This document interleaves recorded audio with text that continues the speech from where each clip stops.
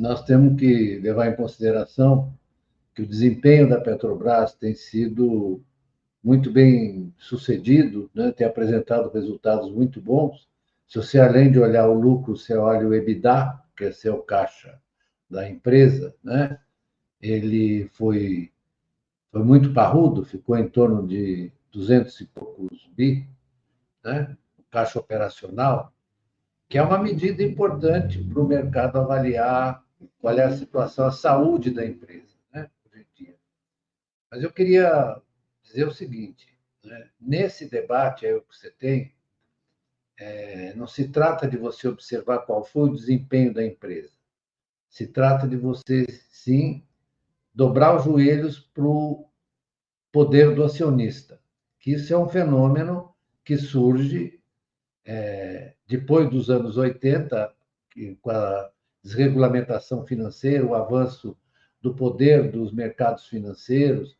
Então, essa queda nas ações da Petrobras era perfeitamente esperada, mas isso é uma perda, na verdade, digamos assim, uma perda virtual, né? Se eu fosse investidor, eu compraria a ação da Petrobras agora, porque eu sei que ela vai se valorizar na frente. Seria uma boa oportunidade, né? Então, o que eu estou dizendo é que você tem um ambiente que não é só no Brasil, eu diria internacional. Tem muita gente que tem escrito sobre isso. Eu escrevi um livro, A Escassez da Abundância Capitalista, para mostrar como isso se articula, digamos, sistemicamente, né? Então, você tem uma empresa como a Petrobras, que é uma empresa que tem uma importância estratégica na economia brasileira, né? E nós vivemos um período em que, por exemplo, você estava no regime do PPI, da paridade de preços internacionais, que você passava o choque de preços para dentro. Com essa nova administração da Petrobras, você minimizou, atenuou isso, e é isso que está, na verdade, permitindo que a economia não receba choques de oferta tão intensos como que sofreu no período em que estava o comando da economia estava em torno com o nosso Paulo Guedes, né? Eu me lembro do Castelo Branco, presidente da Petrobras naqueles tempos, né? Que dizia absurdos assim surpreendentes a respeito do desempenho da empresa, né? Dizendo barbaridades. Não entendia nada do que estava falando. Então, o que acontece é que os mercados reagiram da maneira que se esperava que eles reagissem. Mas isso não tem nada a ver com a saúde financeira e operacional da empresa. Muito ao contrário, se nós tivemos bons resultados, a empresa está indo muito bem, né? E eu fico impressionado com a toarda que a imprensa fez, a toarda, desculpe a impressão, toarda é meio antiga, né? Mas eu posso usar, da toarda que a imprensa fez com isso, né? Eu vi as manifestações aqui na Globo News, eu fiquei pasmo de ver como é que eles podem dizer tantas banalidades com tanta intensidade e agressividade, né? Eu vi o Camarote falando intervencionismo. Como intervencionismo? Na verdade, você tem uma gestão empresarial que o Conselho da Petrobras decidiu que não ia pagar os dividendos extraordinários, que já tinha pago o suficiente. Aliás, pagou mais dividendos do que a ExxonMobil. Pagou mais dividendos do que a ExxonMobil. Então, o que nós estamos é diante de um roteiro de perplexidades desnecessárias e sem fundamento, que estão tratando o desempenho excelente da empresa como uma coisa negativa. Eu repito, se eu fosse investidor, eu não sou, eu compraria umas ações da Petrobras hoje, que eu sei que elas vão se valorizar. Eu diria que nós estamos diante da possibilidade da Petrobras se transformar numa empresa de energia. Eu já sugeri isso várias vezes nos meus escritos, etc., nas minhas manifestações. Porque, digamos, as perspectivas do petróleo são, a longo prazo, um pouco discutíveis, né? Mas a Petrobras tem todas as condições de se transformar numa empresa de energia, né? E eu diria que seria interessante se ela pudesse se associar também à Eletrobras. E eu vou falar uma coisa que, digamos, meio macroeconômica, é que o desenvolvimento brasileiro, no período em que ele foi mais intenso, em que ele combinou com a industrialização, ou seja, significa que as empresas públicas têm que ser concebidas como entidades que vão produzir efeitos multiplicadores na economia, efeitos difusores na economia, né? E isso, o investimento novo da Petrobras, se ele for desenvolvido de acordo com os critérios mais avançados de investimento produtivo, né? E eu queria assim, sublinhar o seguinte: a Petrobras é uma empresa de energia, é uma empresa que produz petróleo, mas hoje esse insumo, petróleo e seus derivados, estão por toda a economia. Não é igual a uma empresa que produz mexerica, entende? Ela tem um efeito multiplicador importante e nos períodos de crescimento da economia, viu, seu Igor, ela gastava na frente. Era uma virtude das empresas estatais gastarem na frente para expandirem, criarem um espaço de expansão do setor privado, né? Então, o que as conveniências atuais dos economistas, eles fazem uma oposição a até uma ideia tola chamada do crowding out, quer dizer, se expande o investimento público, você espreme o investimento privado. Eu nunca vi uma besteira tão grande, mas essa besteira circula por aí. Na verdade, o investimento público, na medida em que ele cria espaço e renda para que o setor privado se desenvolva, né, inspirou a vinda dos chineses ao Brasil. Nos anos 80, eles falaram com o Delfim Neto, né? E eles foram perguntar por que o Brasil tinha tido esse sucesso. O Brasil era o país mais industrializado entre os países em desenvolvimento, né? A participação da indústria brasileira no PIB, contando a indústria extrativa, era de 34%, e a da indústria de transformação era 28%. Quanto é hoje? Alguém pode me responder quanto é hoje? Hoje é 9% a indústria de transformação. 9, certo? Enquanto isso, nós tivemos uma desventura, né, de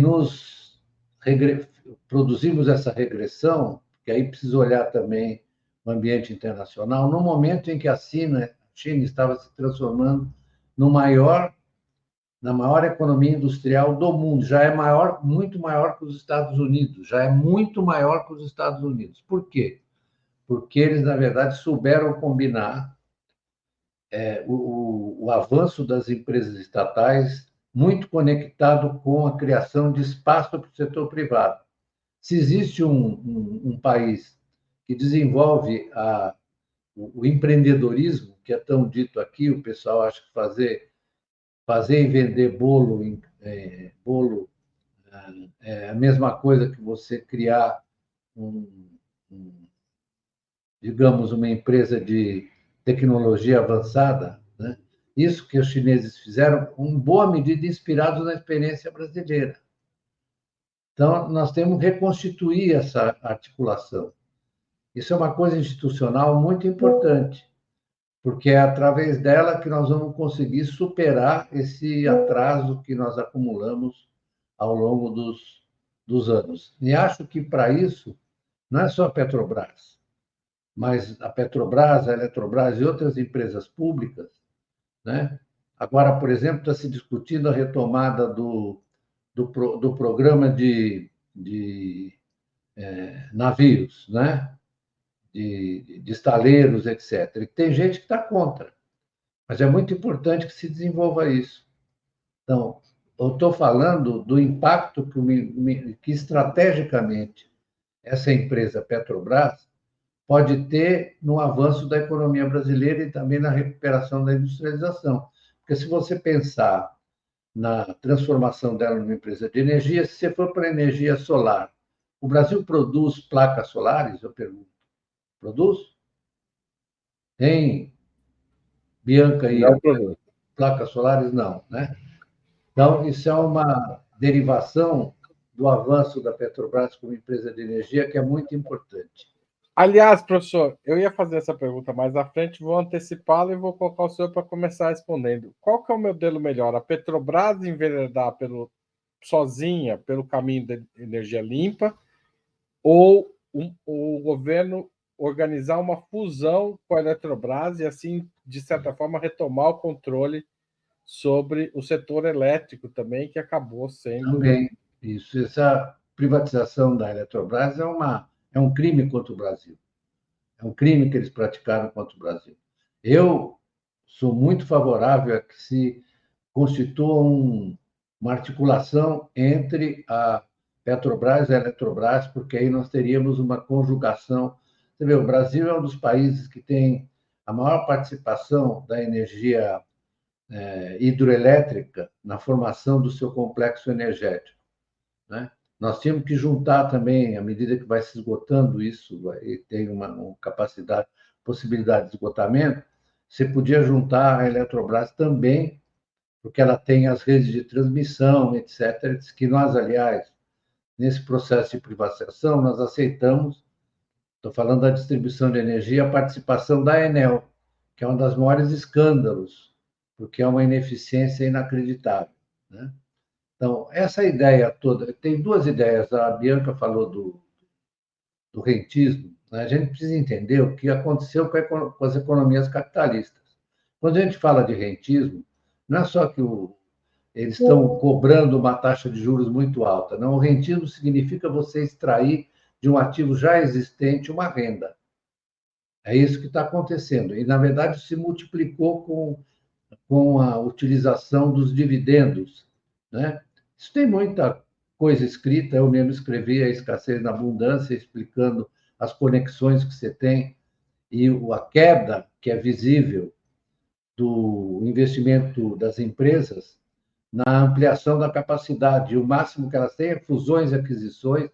A maior parte o grosso dos investimentos hoje em dia no mundo são fusões e aquisições. Quando você fala, olha, entrou investimento no Brasil, entrou para comprar empresas já existentes, então para fazer arbitragem com taxa de juros e câmbio, né? Isso é uma coisa que foi se desenvolvendo ao longo do tempo. Isso é o capitalismo.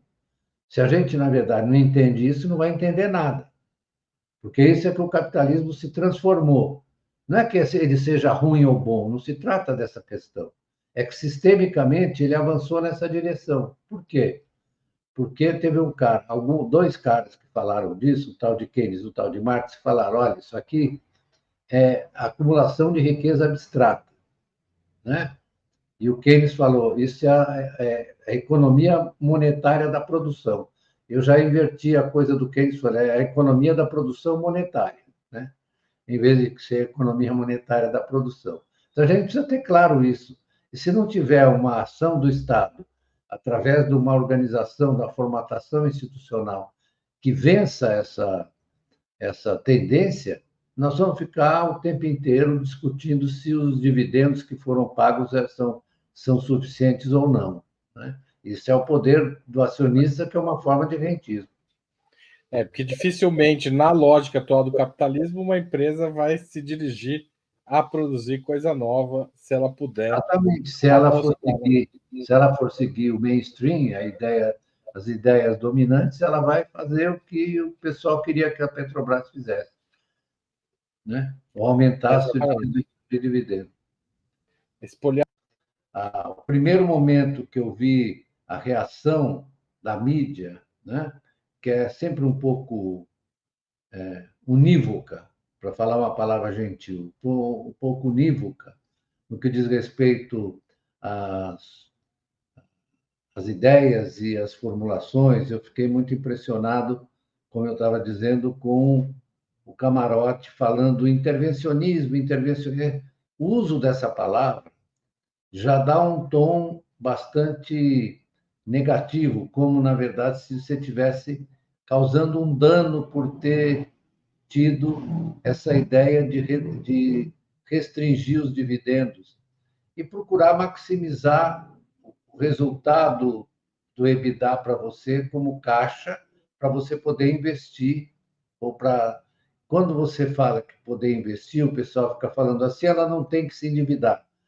Não é isso, não. O caixa, na verdade, garante para o financiador, para o banco, para a instituição financeira, olha, você tem uma possibilidade grande de me retornar isso sem problema. Então, você pode alavancar. Desculpe eu falar isso, alavancar. Quer dizer o seguinte, você pode investir mais do que o teu caixa permite. Não é isso? Eu estou falando besteira. Não é isso, né? Então, permite, na verdade, você maximizar o investimento na sua atividade, coisa que o investimento da Petrobras caiu no período do Bolsonaro, a despeito. Você tinha o Roberto Castelo Branco, não é? Eu estava procurando aqui uma citação dele, que é uma coisa inacreditável, o que ele falava, como é que esse sujeito pode ter sido presidente de uma grande empresa brasileira? Ele só falava besteira. Desculpa eu falar assim, mas é preciso. Né? Agora você retornou, você pega esse pronunciamento do Lula, ele está certíssimo. O Lula está corretíssimo. Eu não quero endossar todas, eu sou amigo dele há muitos anos, mas não quero endossar tudo que ele fala, porque não é o caso de você fazer uma coisa de, desculpa a expressão, de puxar saquismo. Você tem que falar de maneira correta, mas ele estava corretíssimo, está corretíssimo a falar isso, né? Ele está apontando para o papel que a empresa de petróleo importante, de energia nesse momento, tem para o desenvolvimento brasileiro. É isso que ele está falando.